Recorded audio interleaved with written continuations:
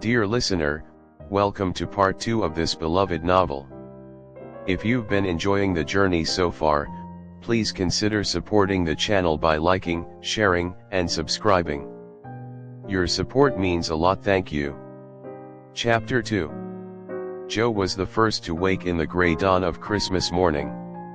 No stockings hung at the fireplace, and for a moment she felt as much disappointed as she did long ago, when her little sock fell down because it was crammed so full of goodies. Then she remembered her mother's promise and, slipping her hand under her pillow, drew out a little crimson-covered book.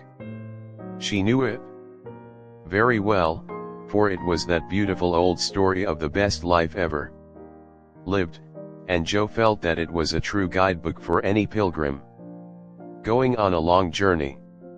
She woke Meg with a Merry Christmas, and bade her see what was under her pillow.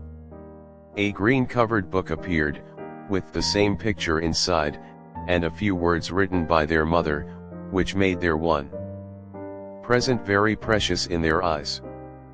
Presently Beth and Amy woke to rummage and find their little books also, one dove-colored, the other blue, and all sat looking at and talking about them, while the east grew rosy with the coming day. In spite of her small vanities, Margaret had a sweet and pious nature, which unconsciously influenced her sisters, especially Jo, who loved her very tenderly, and obeyed her because her advice was so gently given. "Girls," said Meg seriously, looking from the tumbled head beside her to the two little night-capped ones in the room beyond, "Mother wants us to read and love and mind these books, and we must begin at once. We used to be faithful about it, but since Father went away and all this war trouble unsettled us, we have neglected many things. You can do as you please, but I shall keep my book on the table here and read a little every morning as soon as I wake, for I know it will do me good and help me through the day."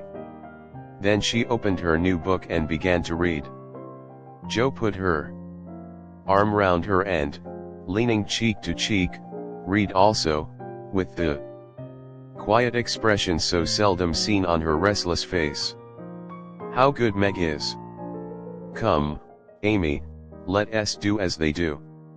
I'll help you with the hard words, and they explain things if we don't understand," whispered Beth, very much impressed by the pretty books and her sister's example. "I am glad mine is blue," said Amy, and then the rooms were very still while the pages were softly turned, and the winter sunshine crept in to touch the bright heads and serious faces with a Christmas greeting. "Where is Mother?" asked Meg, as she and Jo ran down to thank her for their gifts, half an hour later. "Goodness only knows, some poor creetur came a-beggin', and your ma went straight off to see what was needed. There never was such a woman for givin' away victuals and drink, clothes and firin'," replied Hannah, who had lived with the family since Meg was born, and was considered by them all more as a friend than a servant. "She will be back soon, I think, so fry your cakes, and have everything ready," said Meg, looking over the presents which were collected in a basket and kept under the sofa, ready to be produced at the proper time. "Why, where is Amy's bottle of cologne?" she added, as the little flask did not appear. "She took it out a minute ago, and went off with it to put a ribbon on it, or some such notion," replied Jo, dancing about the room to take the first stiffness off the new army slippers. "How nice my handkerchiefs look, don't they? Hannah washed and ironed them for me, and I marked them all myself," said Beth, looking proudly at the somewhat uneven letters which had cost her such labor. "Bless the child. She's gone and put Mother on them instead of March. How funny!"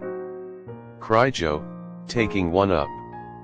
Isn't that right? I thought it was better to do it so, because Meg's initials are MM and I don't want anyone to use these. But Marmee, said Beth, looking troubled.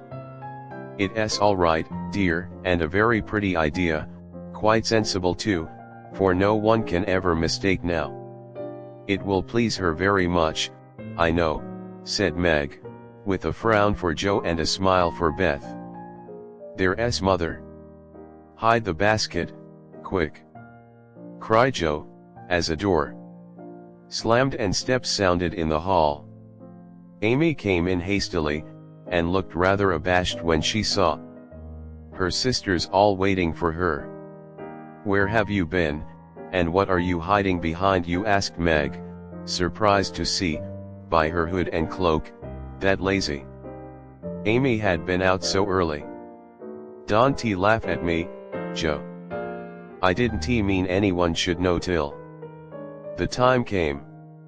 I only meant to change the little bottle for a big one, and I gave all my money to get it, and I'm truly trying not to be selfish anymore. As she spoke, Amy showed the handsome flask which replaced the cheap one, and looked so earnest and humble in her little effort to forget herself that Meg hugged her on the spot, and Joe pronounced her a trump, while Beth ran to the window, and picked her finest rose to ornament the stately bottle.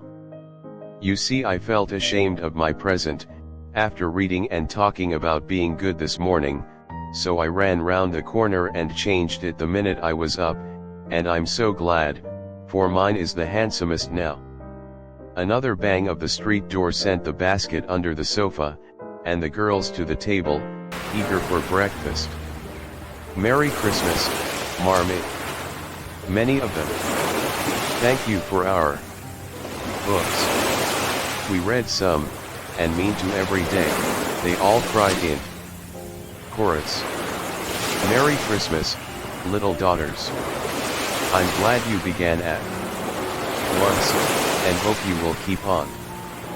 But I want to say one word before we sit down. Not far away from here lies a poor woman with a little newborn baby. 6 children are huddled into one bed to keep from freezing, for they have no fire. There is nothing to eat over there, and the oldest boy came to tell me they were suffering hunger and cold. My girls, will you give them your breakfast as a Christmas present? They were all unusually hungry, having waited nearly an hour, and for a minute no one spoke.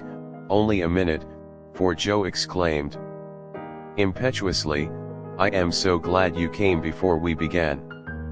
May I go and help carry the things to the poor little children? Asked Beth eagerly. I shall take the cream and the muffins, added Amy, heroically giving up the article she most liked. Meg was already covering the buckwheats, and piling the bread into one big plate. I thought you'd do it, said Mrs. March, smiling as if satisfied. You shall all go and help me, and when we come back we will have bread and milk for breakfast, and make it up at dinner time. They were soon ready, and the procession set out. Fortunately it was early, and they went through back streets, so few people saw them, and no one laughed at the queer party. A poor, bare, miserable room it was, with broken windows, no fire, ragged bedclothes, a sick mother, wailing baby, and a group of pale, hungry children cuddled under one old quilt, trying to keep warm. How the big eyes stared and the blue lips smiled as the girls went in. ACH, main God. It is good angels come to us, said the poor woman, crying for joy. Funny angels in hoods and mittens, said Joe, and set them to laughing.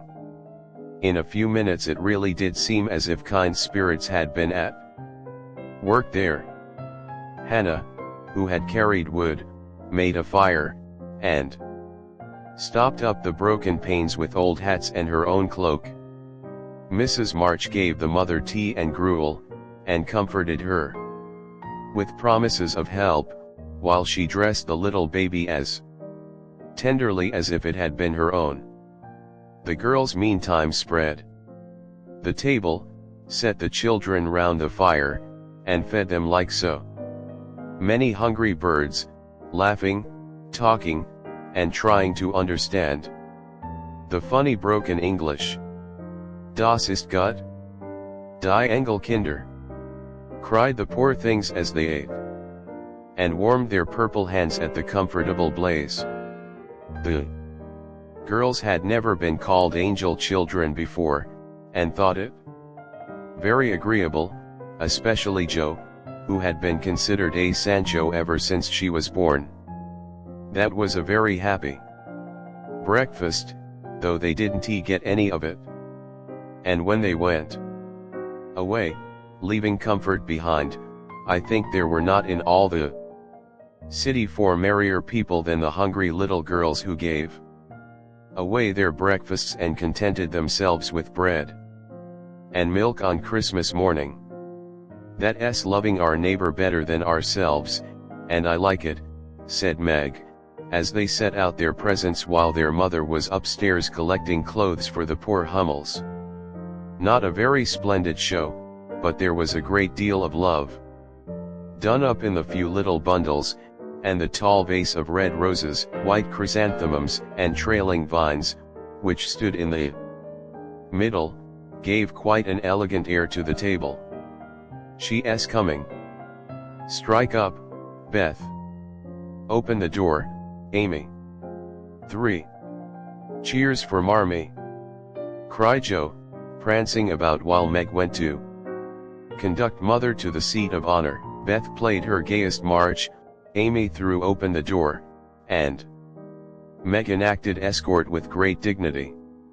Mrs. March was both surprised and touched, and smiled with her eyes full as she examined her presents and read the little notes which accompanied them.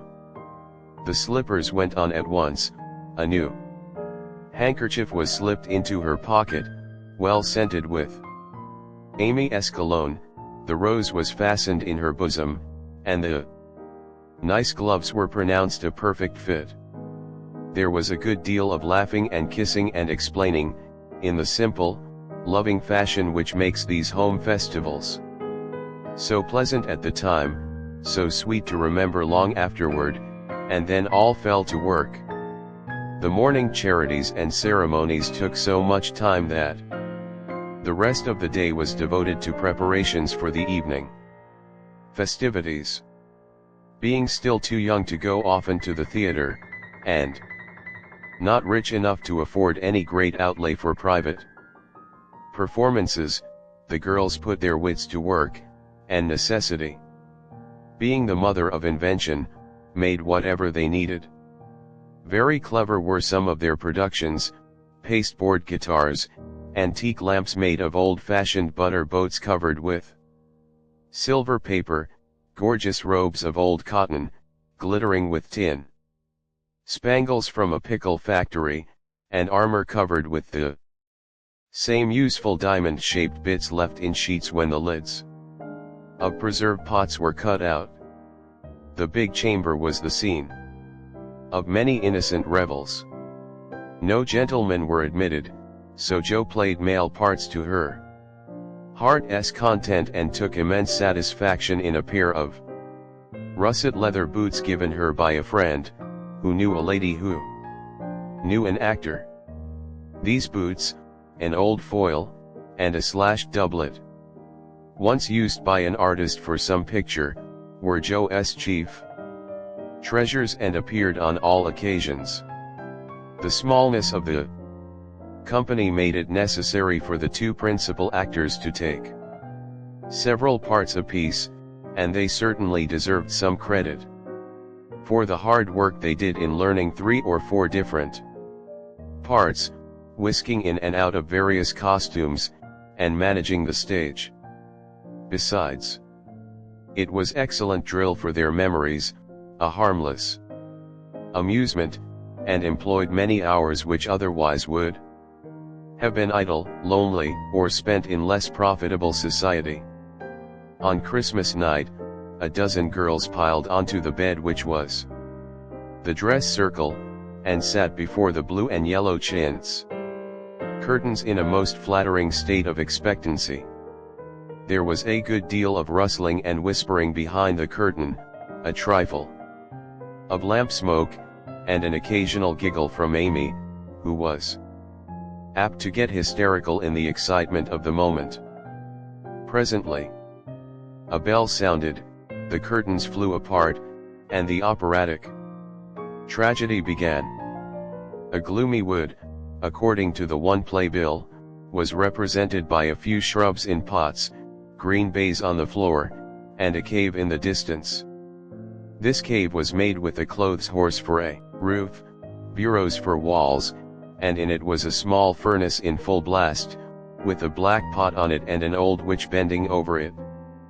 The stage was dark and the glow of the furnace had a fine effect, especially as real steam issued from the kettle when the witch took off the cover. A moment was allowed for the first thrill to subside, then Hugo, the villain, stalked in with a clanking sword. At his side, a slouching hat, black beard, mysterious cloak, and the boots. After pacing to and fro in much agitation, he struck his forehead, and burst out in a wild strain, singing of his hatred to Rodrigo, his love for Zara, and his pleasing resolution to kill the one and win the other.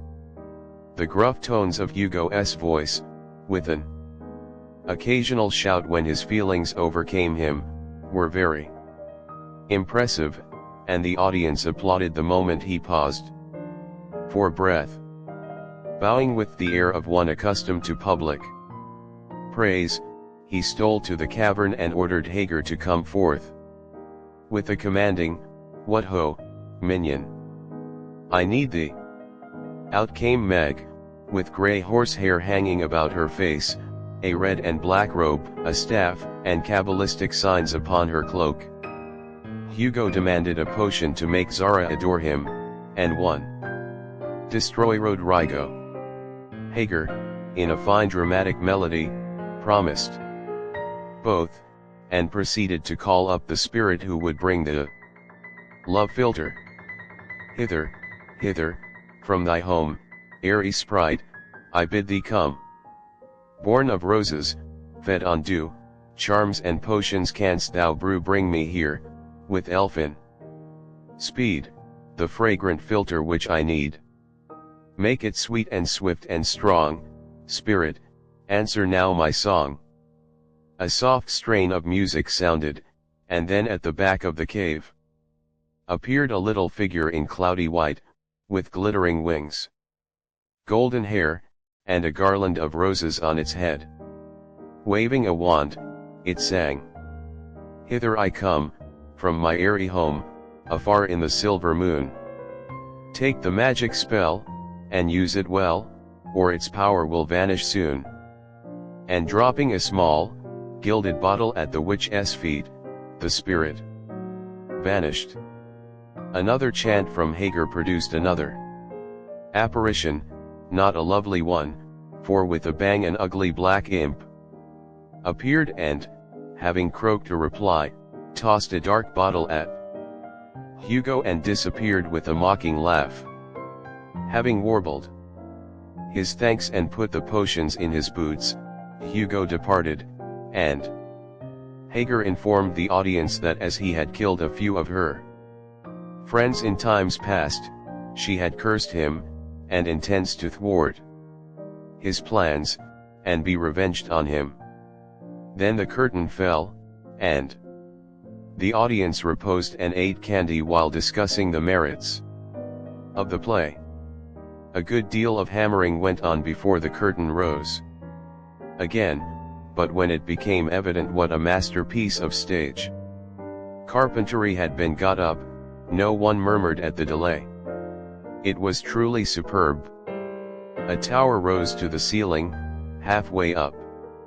Appeared a window with a lamp burning in it, and behind the white curtain appeared Zara in a lovely blue and silver dress, waiting for Rodrigo. He came in gorgeous array, with plumed cap, red cloak, chestnut lovelocks, a guitar, and the boots, of course. Kneeling at the foot of the tower, he sang a serenade in melting tones. Zara replied and, after a musical dialogue, consented to fly. Then came the grand effect of the play. Rodrigo produced a rope ladder, with 5 steps to it, threw up one end, and invited Zara to descend. Timidly she crept from her lattice, put her hand on Rodrigo's shoulder, and was about to leap gracefully down when alas for Zara, she forgot her train. It caught in the window, the tower tottered, leaned forward, fell with a crash, and buried the unhappy lovers in the ruins. A universal shriek arose as the russet boots waved wildly from the wreck, and a golden head emerged, exclaiming, "I told you so! I told you so!" With wonderful presence of mind, Don Pedro, the cruel sire, rushed in, dragged out his daughter, with a hasty aside. "Don't laugh. Act as if it was all right." And, ordering Rodrigo up, banished him from the kingdom with wrath and scorn. Though decidedly shaken by the fall from the tower upon him, Rodrigo defied the old gentleman and refused to stir. This dauntless example fired Zara. She also defied her sire, and he ordered them both to the deepest dungeons of the castle. A stout little retainer came in with chains and led them away, looking very much frightened and evidently forgetting the speech he ought to have made. Act third was the castle hall, and here Hagar appeared, having come to free the lovers and finish Hugo. She hears him coming, and hides, sees him put the potions into 2 cups of wine and bid to the timid little servant, bear them to the captives in their cells, and tell them I shall come anon. The servant takes Hugo aside to tell him something, and Hagar changes the cups for 2 others which are harmless. Ferdinando, the minion, carries them away, and Hagar puts back the cup which holds the poison meant for Rodrigo. Hugo, getting thirsty after a long warble, drinks it, loses his wits, and after a good deal of clutching and stamping, falls flat and dies, while Hagar informs him what she has done in a song of exquisite power and melody. This was a truly thrilling scene, though some persons might have thought that the sudden tumbling down of a quantity of long red hair rather marred the effect of the villain's death. He was called before the curtain, and with great propriety appeared, leading Hagar, whose singing was considered more wonderful than all the rest of the performance put together. Act 4th displayed the despairing Rodrigo on the point of stabbing himself because he has been told that Zara has deserted him. Just as the dagger is at his heart, a lovely song is sung under his window, informing him that Zara is true but in danger, and he can save her if he will. A key is thrown in, which unlocks the door, and in a spasm of rapture he tears off his chains and rushes away to find and rescue his lady love. Act 5th opened with a stormy scene between Zara and Don Pedro. He wishes her to go into a convent, but she won't hear of it, and after a touching appeal, is about to faint when Rodrigo dashes in and demands her hand. Don Pedro refuses, because he is not rich. They shout and gesticulate tremendously, but Cannot agree, and Rodrigo is about to bear away the exhausted Zara, when the timid servant enters with a letter and a bag from Hagar, who has mysteriously disappeared. The latter informs the party that she bequeaths untold wealth to the young pair and an awful doom to Don Pedro, if he doesn't make them happy. The bag is opened, and several quarts of tin money shower down upon the stage till it is quite glorified with the glitter. This entirely softens the stern sire. He consents without a murmur, all join in a joyful chorus. And the curtain falls upon the lovers kneeling to receive Don Pedro's blessing in attitudes of the most romantic grace. Tumultuous applause followed, but received an unexpected check, for the cot bed, on which the dress circle was built, suddenly shut up and extinguished the enthusiastic audience. Rodrigo and Don Pedro flew to the rescue, and all were taken out unhurt, though many were speechless with laughter. The excitement had hardly subsided when Hannah appeared, with Mrs. March's compliments, and would the ladies walk down to supper. This was a surprise even to the actors, and when they saw the table, they looked at one another in rapturous amazement.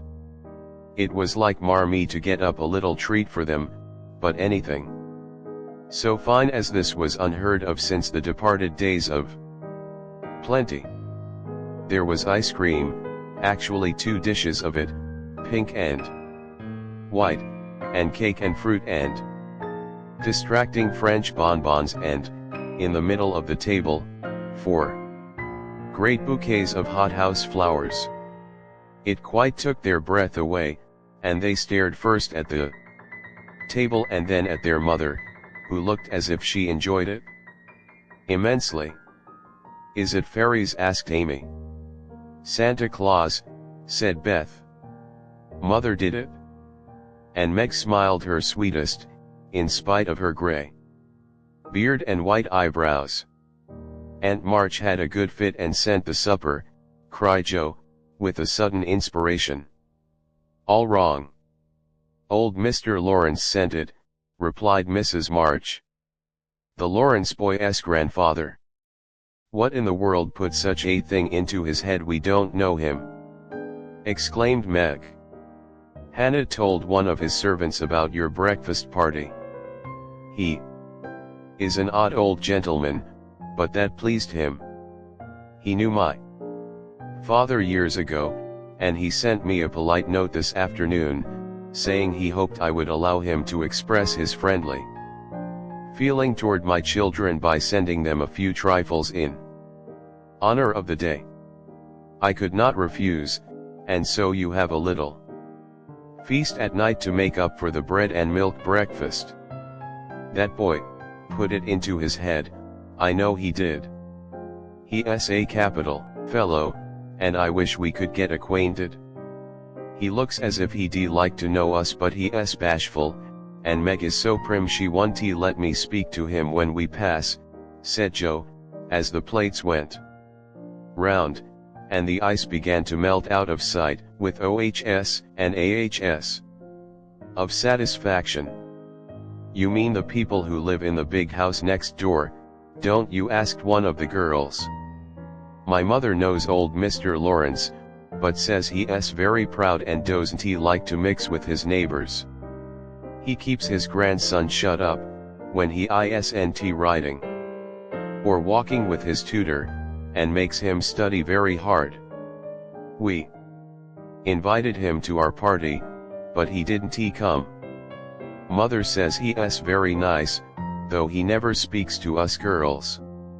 Our cat ran away once, and he brought her back, and we talked over the fence, and were getting on capitally, all about cricket, and so on, when he saw Meg coming, and walked off. I mean to know him some day, for he needs fun, I'm sure he does," said Joe. "Decidedly. I like his manners, and he looks like a little gentleman, so I've no objection to your knowing him, if a proper opportunity comes. He brought the flowers himself, and I should have asked him in, if I had been sure what was going on upstairs. He looked so wistful as he went away, hearing the frolic and evidently having none of his own. "It's a mercy you didn't, mother," laughed Joe, looking at her boots. "But we'll have another place sometime that he can see. Perhaps he'll help act. Wouldn't that be jolly? I never had such a fine bouquet before. How pretty it is." And Meg examined her flowers with great interest. "They are lovely. But Beth's roses are sweeter to me," said Mrs. March, smelling the half-dead posy in her belt. Beth nestled up to her, and whispered softly, "I wish I could send my bunch to father. I'm afraid he isn't having such a Merry Christmas as we are."